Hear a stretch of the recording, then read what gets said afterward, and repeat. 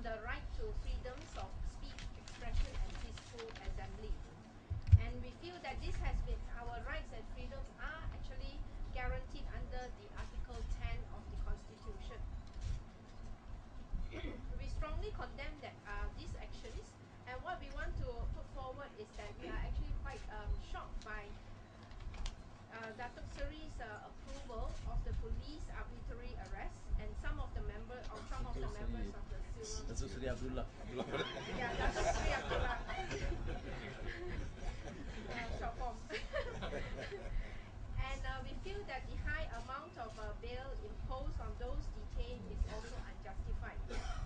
We view this as yet another form of intimidation of the Malaysian citizens and preventing them from participating in any form of public assembly. And the message that the Malaysian government is putting forward is that rights is now a privilege, and only those who are in power actually have these privileges and can exercise these privileges. But they tend to forget that these human rights are actually universal and inalienable, and is guaranteed by our most supreme law in our country, the Federal Constitution. We also want to stress that Datuk Seri Abdullah also said that he will listen to the people, but the very fact that the past few months his action does not seem to show to be so. And actually this actually contradicts and brings disgrace to the international image of Malaysia, because don't forget, we and Malaysia we are actually sitting in the United Nations Human Rights Council. So what we are actually demanding is that we demand that the bail be imposed on all those who were arrested to be lifted immediately and unconditionally. And we also urge that the police and the government to halt and end all assaults against the freedoms of speech, expression, and assembly. And furthermore, all repeated threats to the use of ISA and the ill-conceived charges against demonstrators should be withdrawn immediately. Thank you. Next, I'd like to invite Malik Imtiaz to... Okay, I have a statement which is also being circulated.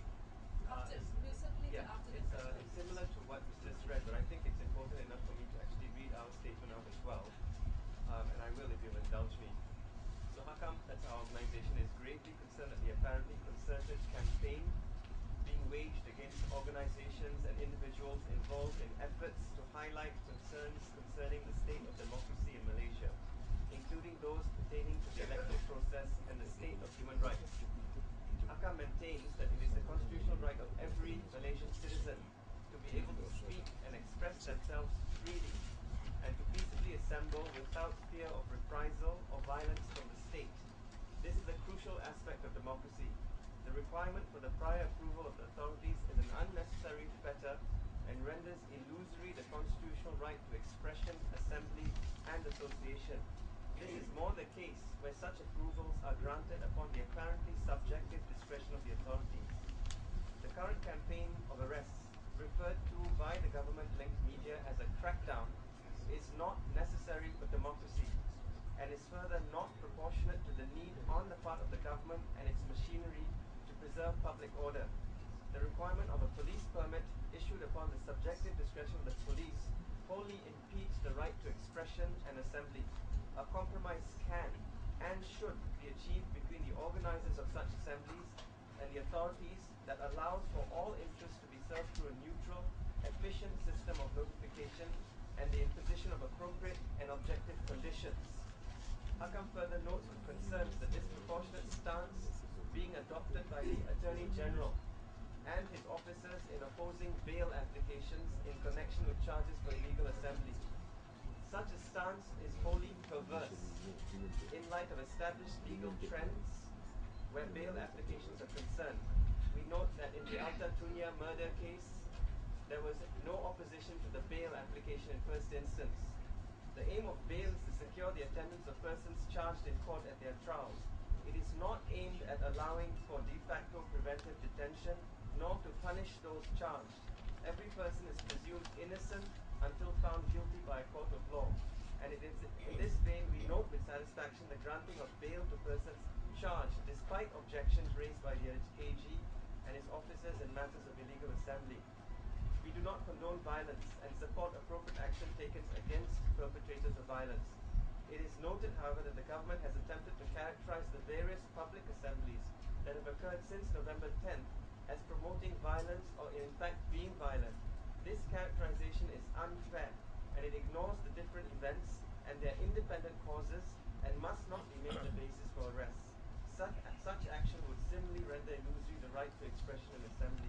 The stance of the government and the action it's taken thus far is not befitting a nation that serves as a member of the UN Human Rights Council. Hakam calls upon the government to recognize the legitimate right of citizens to express themselves through peaceable assemblies and further calls upon the authorities to adopt a spirit of compromise that allows for all our interests to be catered to. Thank you. Thanks, Malik. We have Ms. Mira with a statement as well. So she'll give a brief again. It's a brief statement quite similar to the one that Maria had read.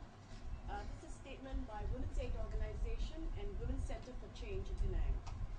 WAO and WCC are concerned with the government's policy of crackdown on the right to peaceful public assemblies. In the latest round of arrests, approximately 24 law-abiding citizens were arrested by the police for merely submitting a memorandum by per se to the parliament. The government's act of prohibiting members of the Rakyat from meeting their elected representatives in parliament is worrisome, to say the least. It runs contrary to the very principles of democracy which Malaysia subscribes to and which the Rakyat calls on the government to uphold. WAO and WCC share the government's concern that peace and harmony must be maintained in this country for the benefit of all Malaysians. However, the government's current policy of crackdown has instead created discord and disharmony in our civil society. We strongly urge the government and the police to end all assaults against our constitutionally guaranteed freedom to assemble peacefully. Furthermore, all ill-conceived charges and the repeated threats of the use of the ISA against all participants of peaceful assemblies should be withdrawn immediately. Okay, before we move to comments and questions for the panelists here, I'd like to invite Wong Chin Huat, who will be representing WAMI and CIJ. A very brief summary. Our statement, we call for a public apology by the Inspector General of Police, Tan Sri Musa Hassan, to both the arrestees and the general public for their misjudgment, resulting in an assault of the Parliament, inconvenience, stress, economic and time loss to the public as a result of the lockdown. We stress that Parliament, being the paramount democratic institution, must be accessible to all citizens. The court rescinding order applied by the police to stop people from gathering at the Parliament was therefore an abuse of the judiciary process. It was also an assault to the Parliament privileges in the minister system and shine in Article 63 of the Federal Constitution. That the arrest of the Parliament 7 after submitting a memorandum in a press conference speaks volume that the Abdullah administration is intolerable to all political dissents regardless of channel and not only the street protests that he disagreed. Prime Minister Abdullah must therefore order IGP Musa Hassan to apologize as police unjustified action have painted a very negative pictures of his administration both domestically and internationally. They make him look like he intends to imitate not only the authoritarian former Prime Minister Dr. Mahathir and unpopular Pakistani President Musharraf, but also the infamous English monarch Charles I, who invaded his parliament